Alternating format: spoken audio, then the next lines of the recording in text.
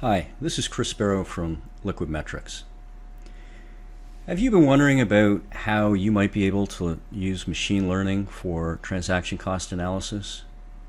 Well, if so, stay tuned, and I'm going to talk about that in this webinar.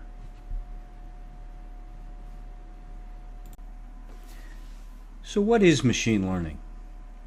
Machine learning is also known as statistical learning. Machine learning is a term used to describe a collection of algorithms used to build statistical models.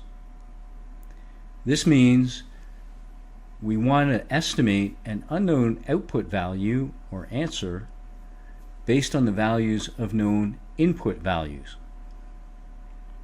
Sometimes we have a set of data that has the answers that we want to estimate for a new set of data. In this case, we call that supervised learning. Sometimes we don't know the answers, but we have a set of observations of the inputs and are interested in the relationships or structure of this data. We call this unsupervised learning. Types of machine learning. So in the last slide, we mentioned supervised learning. Supervised learning can be categorized into either classification, where we try to predict a label, or regression, where we try to predict a number. For unsupervised learning, we can break that into clustering, where we're looking for groupings, association, where we're looking for relationships within the data, or dimension reduction, where we're looking for redundancy among the inputs. It may be that some of the inputs are telling us the same thing and we don't need them all.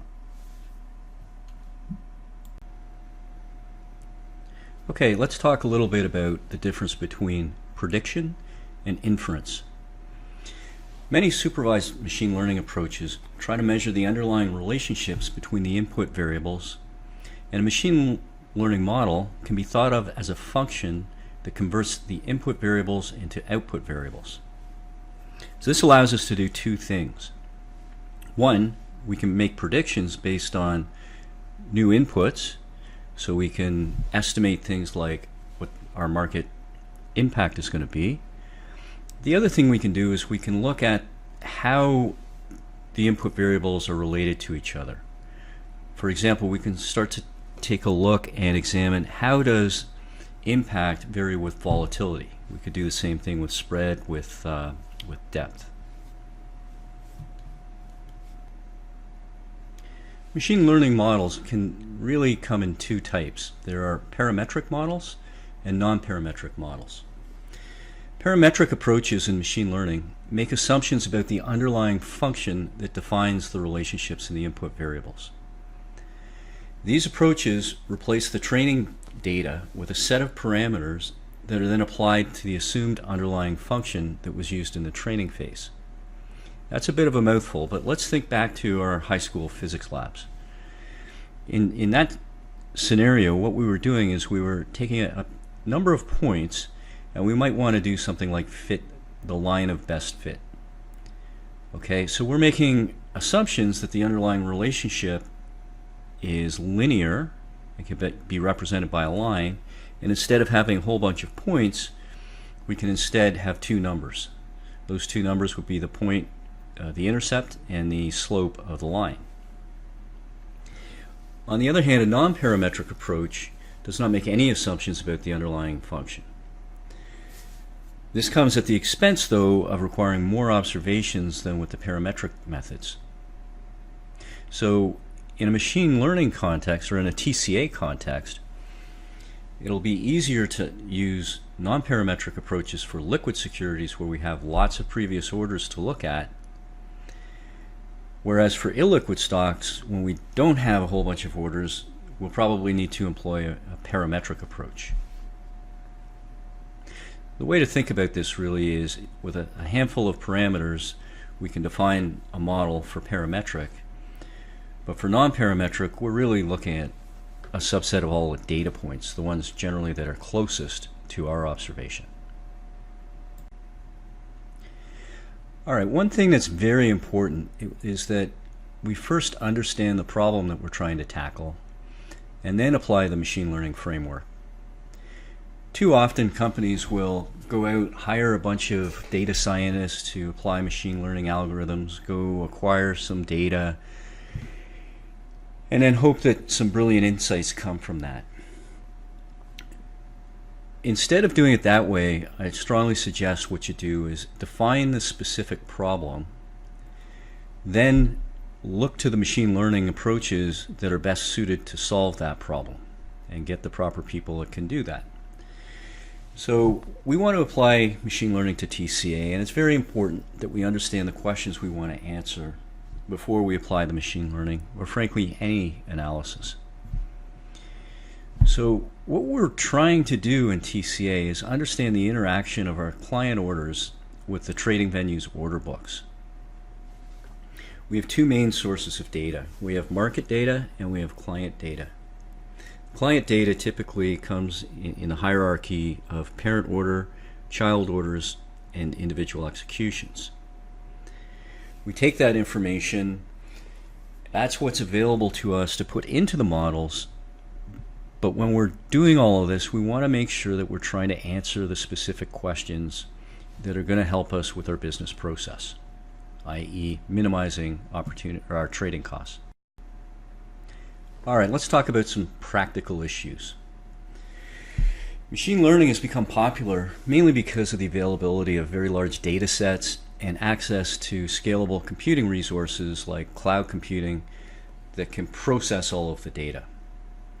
In particular, innovations like GPUs or TPUs, which are TensorFlow processing units from Google, allow us to do parallel processing, meaning we can get through large data sets much more efficiently than we could in the past. But one of the things to watch out for is bad data. Now, bad data is inevitable when you have large data sets. And by bad data, we mean missing values or values that are erroneous. And we need to try to identify and remove these data. It's the old adage that garbage in equals garbage out. So we can apply an outlier analysis to look for obvious errors, but we want to be careful because we may see outliers that are not actually errors. And these are very important because even though they may be rare, they do occur, and we want to teach the model about them. Now, it turns out we can actually use machine learning to help us identify these outliers. Okay, let's talk about clustering for a bit. Clustering is a type of unsupervised learning, and sometimes what happens is we want to see if there are patterns in the data. We may not want to predict anything right away. Instead, what we want to do is understand the structure of our data. And often our data is multidimensional, so it's very hard to just graph it on a two-dimensional graph or even a three-dimensional graph. There are techniques, though, part of unsupervised learning, that will group input features into the labeled clusters. So as an example, maybe a regulator wants to classify certain traders' behavior but doesn't know whether those traders are retail, institutional, proprietary, etc. And so they may want to group, based on the activity, all of these traders together to see if there are common patterns. So with unsupervised learning, like clustering, we don't know what the right answer is. So that makes it a little bit harder to know if our approach works or not. All right, let's pause for a second and just think about some of the implications of what we've been talking about so far with machine learning. It's important to realize that machine learning is not some set of voodoo computations done on fast computers using large data sets. Machine learning instead is a way to harness the power of the data combined with the computer, combined with underlying statistics, and most importantly, combined with a subject matter expert. It's important to try to visualize the data. This allows us to make sure that it's what we expect, and we're going to show this data to the model, so we want to make sure that what we're showing the model is what we think we're showing the model.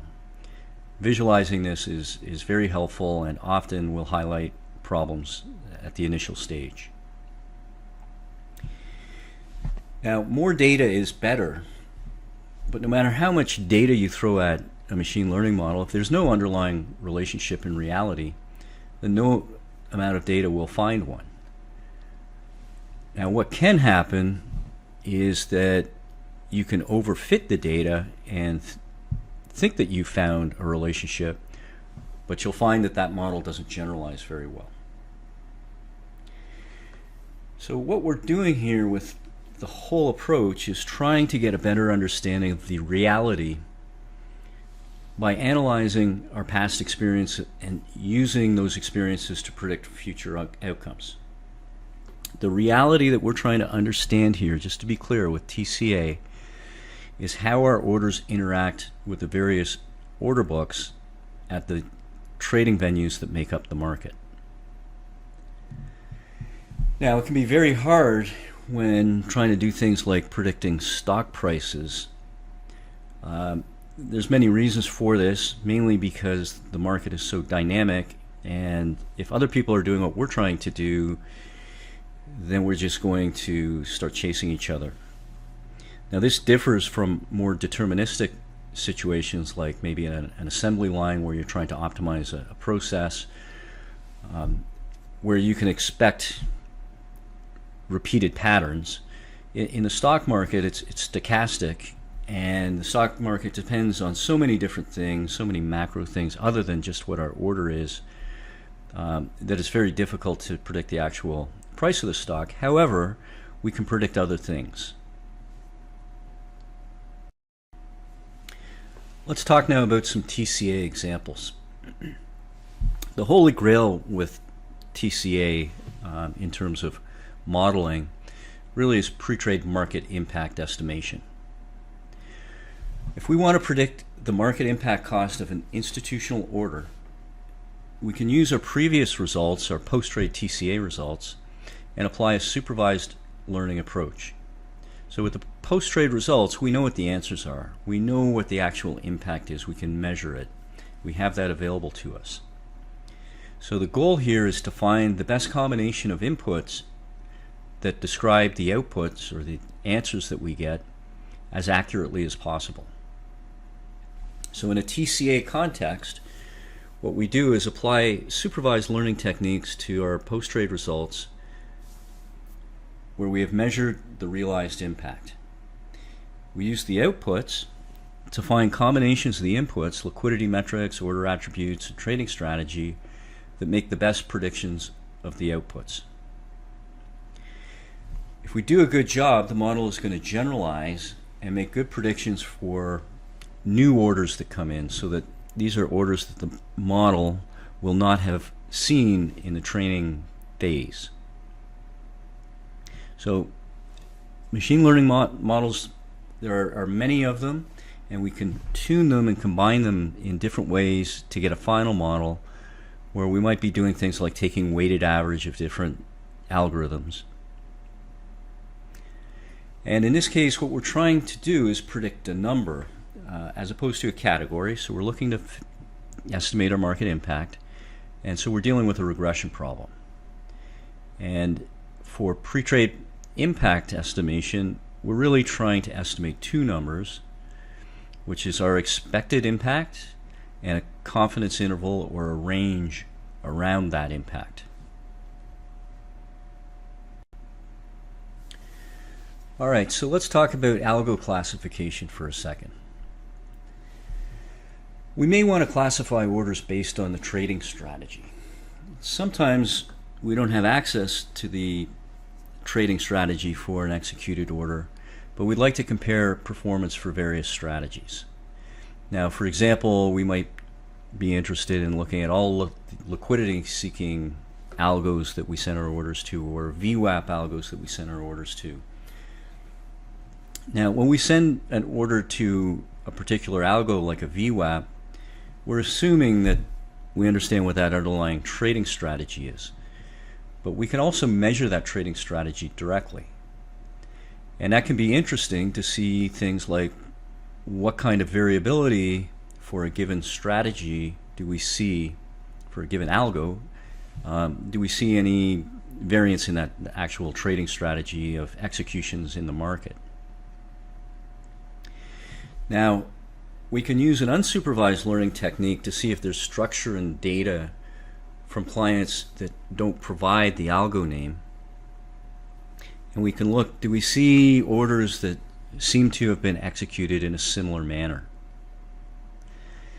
Now, this clustering may be occurring in a higher dimensional space, making it hard to see by eye. But we can use machine algorithms to check that. And if we get the inputs right, hopefully we're going to be able to cluster for specific trading strategies. And then we can label them based on our own intuition and domain expertise. For example, what type of algo do we see given a particular trading strategy? Now, why is all of this important in terms of a TCA use case for measuring the trading strategy? When our order interacts with the order books at the various venues, those order books don't see a little tag on the incoming orders saying, hey, I'm a VWAP order. They don't care. They're just going to react. I see an incoming child order. It's aggressive, it's passive, it's got a specific order type, a specific size and price, and so on. That's what the actual market sees. And given that we're trying to understand the impact of the market, how it responds to those orders, we need to go down a level and sometimes just ignore the label that our client gives us. So even though it says, for example, VWAP, if it's executed in a very front-loaded fashion, it's not really what we would typically think of as a VWAP. We want to look at how it was actually executed and use that information when we build our impact model.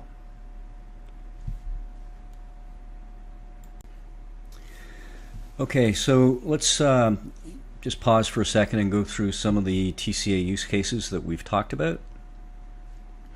So we have algo classification.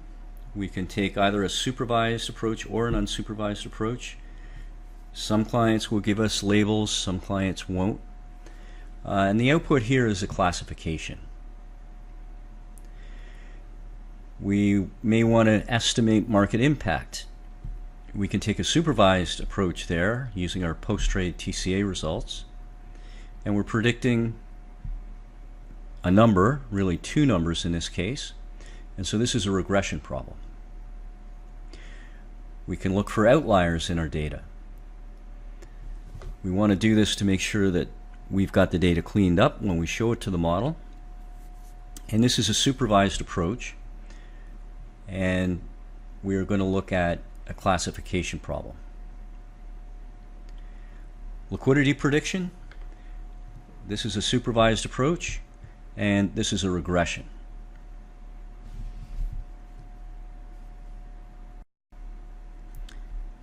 Let's take a look at outlier analysis. So in the chart on the right, what we can see here is we've plotted the average top of book spread for symbol AEM from January 2018 to a few months ago. And what we can see, the blue dots are sort of the normal points, and this is a 1 point per day chart. And then what we've done is we've fit a smooth curve here. This smooth curve is what we call a support vector machine. And we can compute the distance that each point is from the red curve, and if it's greater than some specific distance, and in this case what we're doing is we're looking at the distance as a function of the standard deviation of the line here, the points from this line. If they're too far away, we're going to color them red and make them a diamond, and we'll call these outliers. Okay, so outliers may be real, but they may be the result of data problems. So while we want to remove the ones that have incorrect data, maybe we had a problem with our data feed, Outliers, when the data is clean, are very, very valuable. Even though they may be rare, it's actually because they're rare that they are so valuable.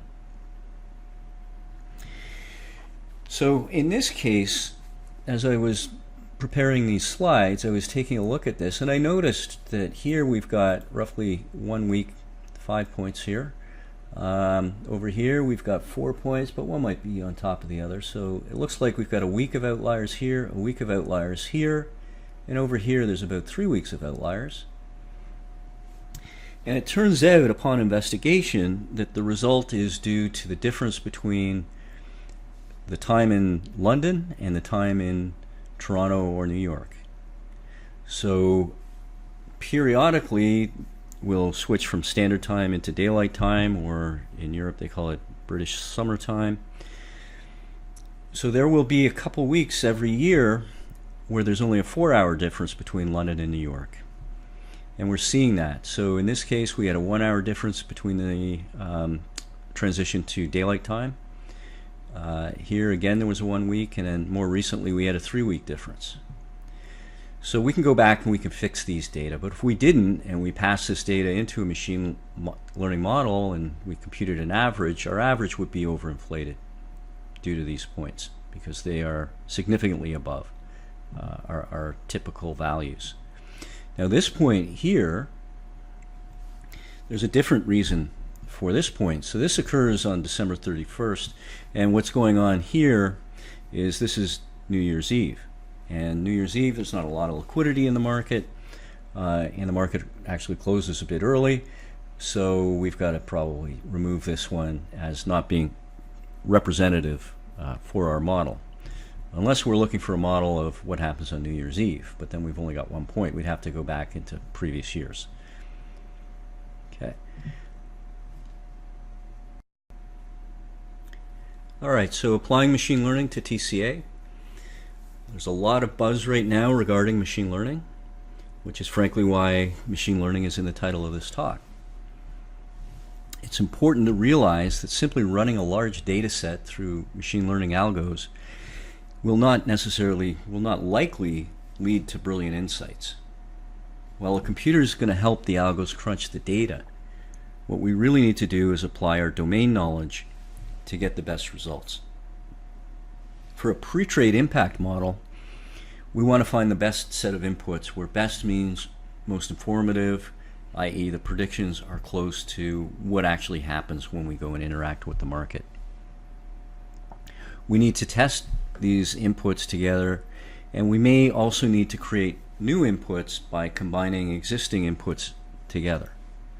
So as an example, maybe we have all of the trades, and what we want to do is combine them using fixed tag 851 and try to compute what the active passive ratio is for an order by aggregating all of the volume. Now this process is sometimes called feature engineering. So we have a lot of data, and what we want to do is distill it down into smaller amounts of information. And this process we call feature engineering. So again, we talked about this a little bit earlier. We've got two main types of data for a TCA analysis. We have the market data. And with our market data, what we're doing is we start off with the order book data, and we turn that data into analytics. And examples of that are going to be spread, depth, traded volume, volatility, and maybe a few others. These analytics allow us to go from maybe millions of data points into 4 or 5 on a security by day basis. So what we're doing is we're computing a more compact set of analytics, sometimes called features. And in our case, these liquidity analytics are computed from the order book messages. Now just thinking of TCA, we can break the approach in TCA up into features that we can control and features that we can't control. And we can think of the features that we can't control as the environment in which we're executing our order. And that's really this market data that we're talking about here. This is the environment, the liquidity characteristics that the stock has, and we want to go and interact with that stock via the order books at these trading venues. Now we've got the client data. In this case, we do have some control over it. We can pick what our trading strategy is, what our level of urgency is, etc. And typically, we're going to source the client data from the OMS. So we've got a parent order, we've got child orders, and we've got executions. We may even have other orders that interact between the algo and a smart order router, for example. That would be very useful. Well, in the same way that we can turn the order book data into analytics, we can take our order data and turn it into analytics as well.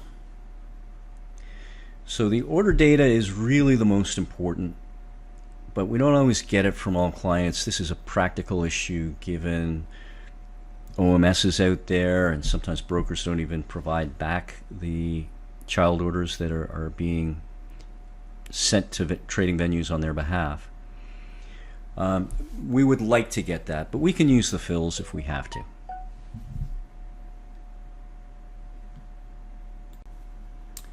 All right, let's take a look at a specific example of feature engineering. So we were talking a few slides ago about trading strategy. And what we might want to do is quantify the trading strategy for a particular order. So here what we've done in this set of charts is we're showing a particular trading strategy. So our y-axis here, this is the fraction of volume executed, and our x-axis here is time, and we've normalized everything, so this is the fraction of the lifetime of the order.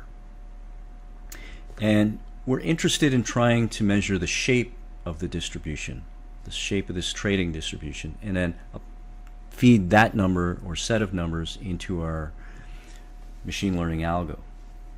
So here what we're showing is a very front-loaded strategy where a lot of the volume gets executed quickly and then tails off. And this might be an example of implementation shortfall with a high urgency. Over here we've got really a symmetric distribution to this one, but instead of being front-loaded, it's back-loaded. And this might be an example of a strategy where you're trading into the close. Okay. Down below, we've got a strategy that's reasonably symmetric, but a little bit choppy. So we've got times where we're doing a little bit more volume, sometimes we don't do any volume, and so it's a little bit choppy. And down here in the bottom right, we have a very smooth strategy where we're doing the same amount of volume per unit time throughout the order. So these are 4 different types of strategy, and the question is, can we come up with numbers which are going to allow us to differentiate all these strategies? So on the right, what we've done is we're showing the time-weighted unfilled portion of the order, and this will tell us something about the shape. So here, the area under the curve is what we're going to call exposure, and this is the time-weighted unfilled portion of the order. Okay, so if we execute very quickly, we have a very low exposure. The area under the curve, this black area, is relatively small, and we can see an exposure of 11%. Whereas for the strategy where we're trading into the close, we have a very high exposure. We have a lot of black here.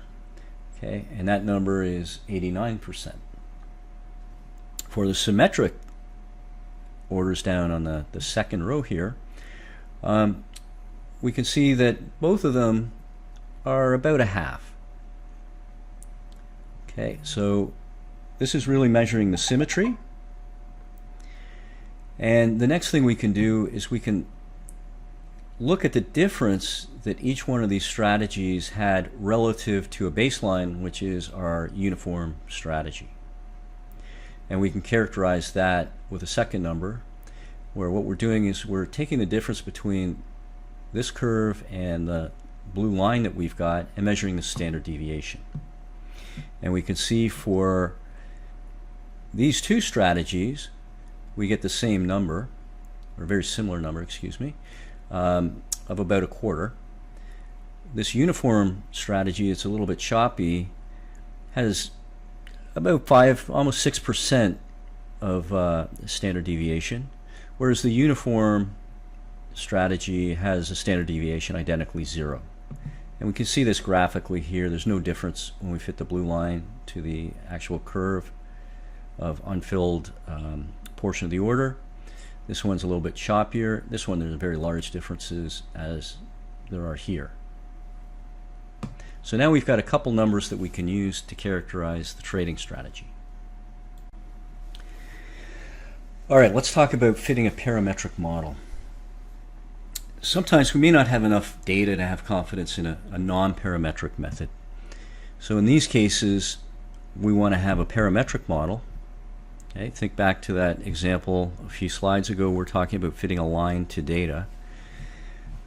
One of the things we want to have the model do is estimate how something like trading strategy affects the order book. Okay, we just looked at some feature engineering to describe the trading strategy. This process is an example of supervised learning because we use the results from our actual orders to determine the specific shape of the model. That's where the parameters come in. That's why it's called a parametric model. So we want to know the values of the parameters that best fit the actual post-trade TCA orders. Then after we fit the model, we can use it to make predictions about things like how does trading strategy impact the order book.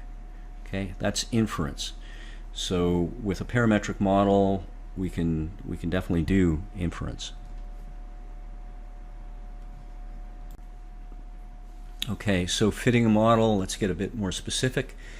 Here we're going to show how to fit a sigmoid function to data points. Now, I'll spend a little bit of time on why we've picked the sigmoid function here. So these are both sigmoid functions. On the left, we have one that's a little more steep, and then on the right, we've got a little bit less pronounced acceleration here. So here's where we're going to apply some domain knowledge. Why did we pick the sigmoid function? Well, let's think about what is going on in the market. The shape of this sigmoid function should really depend on the environmental factors that we talk about, like what is the depth of the book, what is the spread, what is the inside size. So here, if we think about market impact, we're using a benchmark of the midpoint when we enter the market. So we can always execute 100 shares actively immediately, and we know that our impact would be half the spread. We should therefore be able to execute up to the available inside number of shares where we achieve half the spread. We don't actually start to move the market until we start interacting with new levels in the order book. So this part of the curve really should be a function of what the inside spread is, and we get that from looking at our environmental features, i.e. our venue analytics, and we have a specific one which is the inside spread, and we can leverage that to tell us how flat should this part be. Okay, so what we're looking at, impact is going up here, and our relative size of order is going this way. Once we exhaust the inside spread, we'll start to interact with the order book. And so in this example on the left, we see our impact accelerates quite a bit as our size gets larger. And this is indicative of an order book that doesn't have a lot of depth. On the right, the acceleration is less pronounced, and this would be indicative of an order book that has much more liquidity in it. There's more depth, and because there's more depth, it's harder for us to push the market around, given an order that's equal size. Okay. Now, ultimately, we need to check this, and if we just think about this part of the sigmoid function, this part is likely going to be controlled by the stock's volatility. So stock's volatility characterizes typically how much does the price change. If we start pushing with our order, the price, i.e. if we have a very large impact, other market participants may notice that, and they may think, okay, well, there's temporary demand for liquidity in this stock. Once the large buyer is finished, the stock will relax back. There will be some mean reversion. So what I'm going to do is I'm going to provide some liquidity, some contra liquidity, and hedge myself with a related security. If that happens, what our impact will be dampened because new liquidity is entering the market, and we would expect that we would have this kind of a concave feature. So down here we've got inside size controlling this part. This part we expect to be controlled by the depth of book, and this part would be the stock's volatility.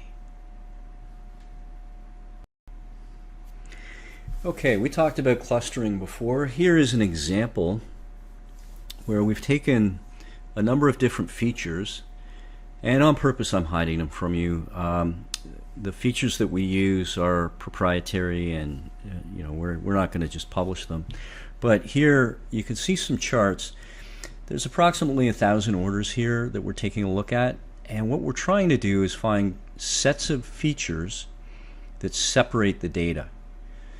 And here we're cheating a little bit because we actually know the answers. So there are two algos here, and based on the different features, we're trying to separate them. So we've got pairs of features where we're looking in two-dimensional space of the relationship between, say, feature 1 and feature 2, and trying to see how well they separate the data. So we have two algos. One of them is red, the other one is teal, and we can see this particular chart does a nice job of separating the data.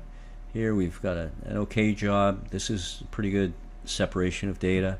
Here, not so much, so we might want to try and figure out what's going on there. Maybe these features are not explaining the differences much. But we can get a good sense by just looking at some charts and visualizing the data what types of features are going to be good candidates to put into our machine learning algo. Okay, so let's get to the fun stuff, estimating market impact.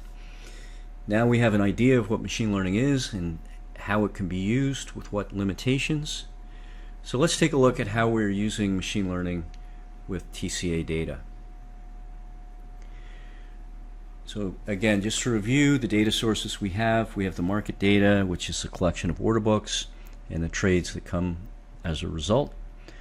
We have our execution data, our parent orders, our child orders, our fills, and we may want to have some reference data to look at things like sectors to try to classify whether different orders are similar to each other.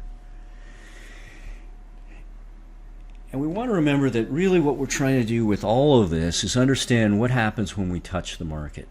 We touch the market with our orders, and the market will respond. And the result will be potentially market impact. We really want to predict what our impact is going to be, because ultimately the return that we get on our investment is going to be the function of two things. The alpha, which is a result of all the research that we put in to try to find stocks that are going to provide good returns, and then the implementation costs. So if we want to maximize return, we want to do two things. We want to maximize the alpha that we have and minimize the implementation costs. The last thing we want to do is spend a lot of work on alpha and then give all of that away when we go and implement our orders.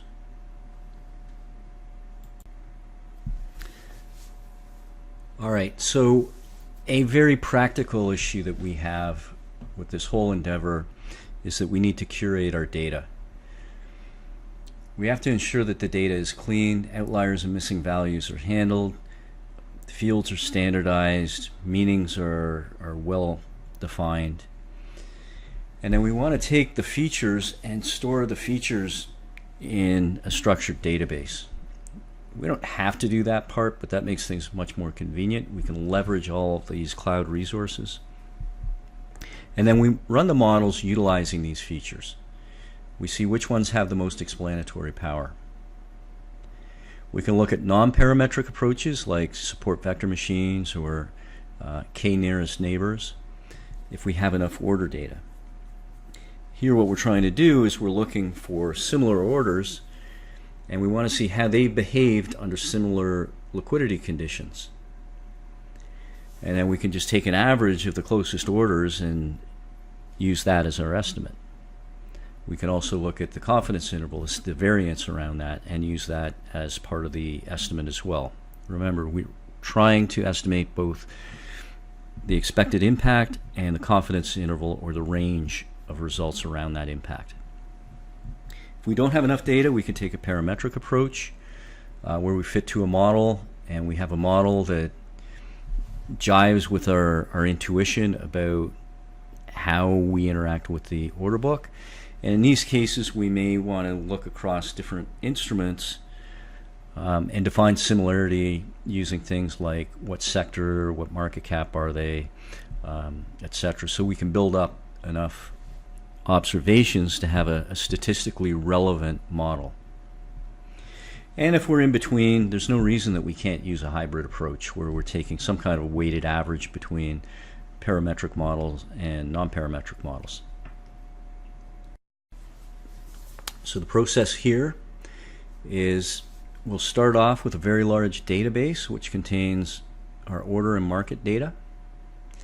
From that, we'll distill this data into information. So we'll have venue analytics, and we'll have order features from our peer group database.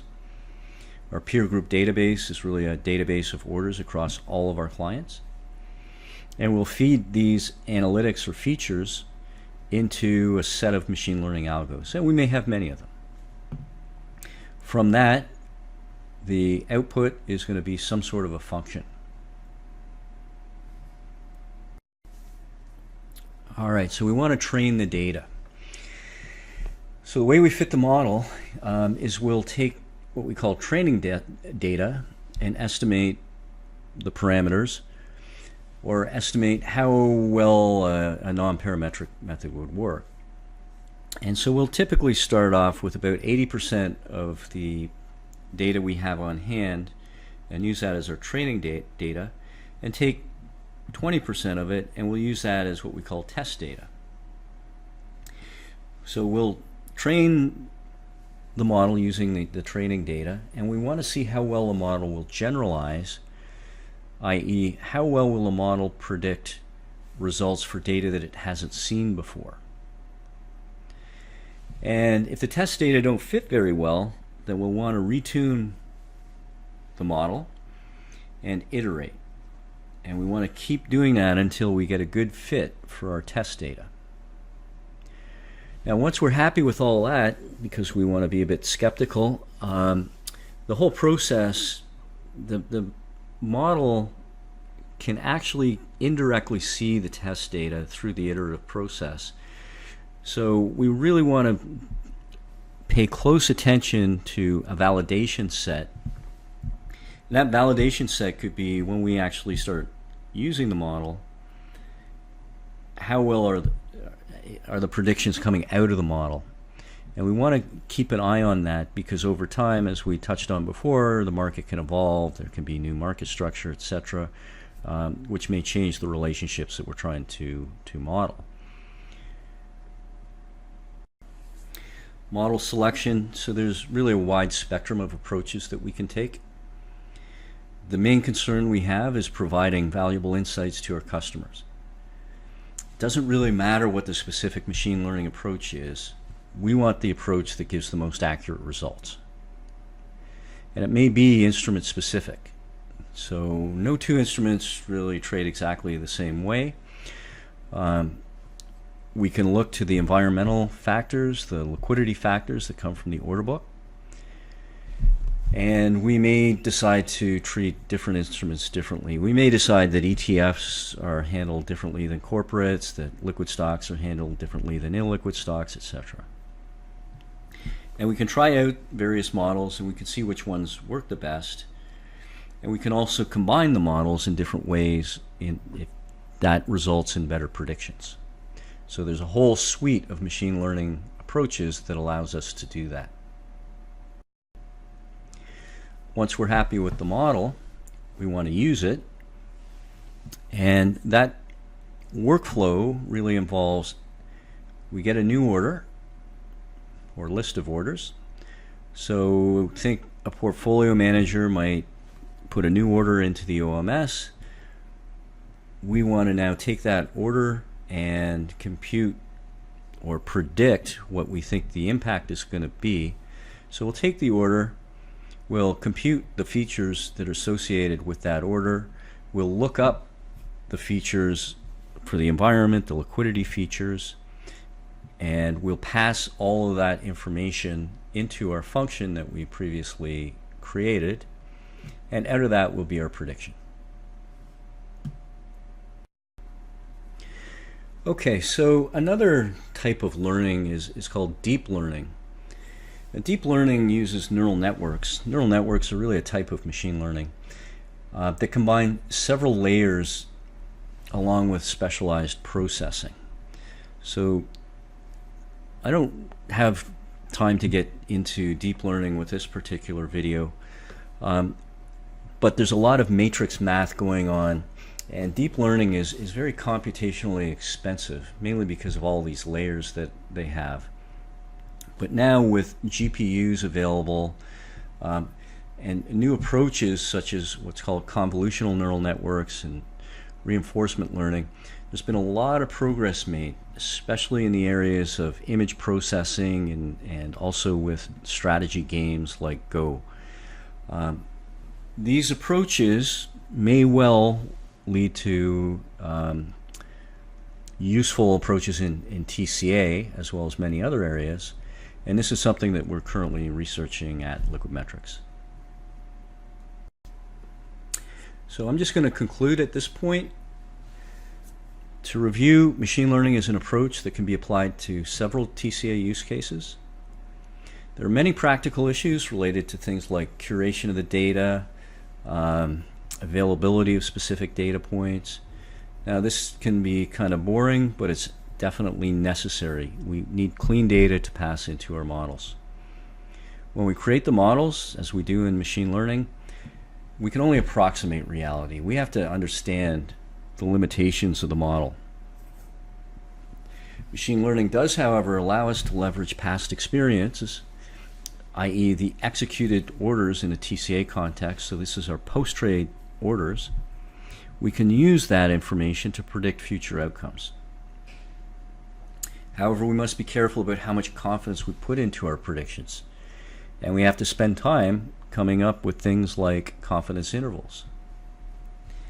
Finally, new techniques like deep learning may be able to provide even better predictions, and therefore we're taking a look at those right now. Really, the main drawback with something like deep learning is you lose the power of inference. Deep learning is much more black box as opposed to a parametric method. Nonetheless, if it gives us good predictions and we want good predictions, then that's what we should use. So I'm going to stop there. Any questions, please feel free to get in contact with me directly. You can find my contact information in the link below.